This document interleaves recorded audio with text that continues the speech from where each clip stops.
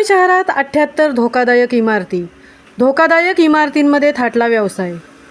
पावसाळ्यात जीर्ण झालेली इमारत घर पडून जीवितहानी आणि वित्तहानी होऊ नये यासाठी उरण नगरपालिकेने आपल्या परिसरातील धोकादायक इमारतींचा सर्व्हे सुरू केला आहे.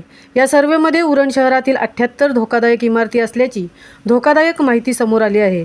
शहरातील धोकादायक इमारतींना उरण नगरपालिकेने नोटिसा बजावण्याचे काम केले आहे, अशी माहिती उरण नगरपालिकेच्या सूत्रांनी दिली. यामध्ये 4 इमारती या शासकीय इमारती असून त्या धोकादायक आहेत. मात्र काही धोकादायक इमारतींमध्ये रहिवासी आजही वास्तव्य करत आहेत. काही व्यावसायिकांनी आपला व्यवसाय हटून ग्राहकांच्या जीवाशी खेळ मांडला असल्याचे चित्र पाहावयास मिळत आहे. पावसाळ्यात जीर्ण झालेल्या इमारती दरवर्षी पडण्याच्या दुर्घटना घडत असतात.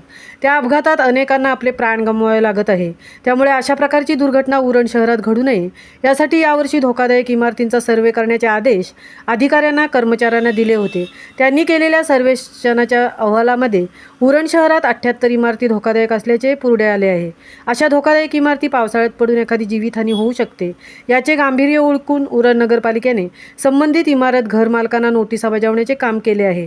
तसेच संबंधित इमारतीतील नागरिकांना नोटिसा दिल्या असून त्यांना इमारती खाली करण्यास सांगितले असल्याची माहिती नगर परिषदेकडून प्राप्त होत आहे. मात्र असे असतानाही काही धोकादायक इमारतींमध्ये आजही रहिवाशांनी आपला संसार थाटला आहे, तर काही व्यावसायिकांनी ग्राहकांच्या जीवाशी खेळ खेळत आपला व्यवसाय सुरू केला असल्याचे दिसून येत आहे. अशा व्यावसायिकांकडून उरण नगर परिषद व्यवसाय कराची वसुली करत असल्याने सध्या आश्चर्य व्यक्त केले जात आहे.